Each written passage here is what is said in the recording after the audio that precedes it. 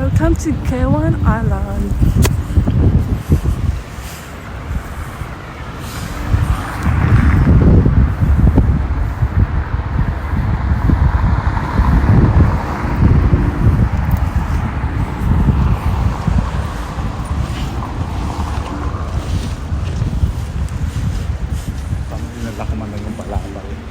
Sabi ko sa'yo eh.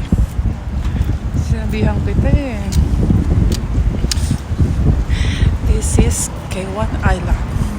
This is the pearl seal. Tapos kung saan tayo sasakay ng bus ulit papasok?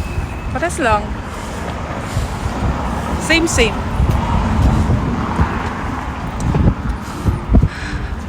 As you can see,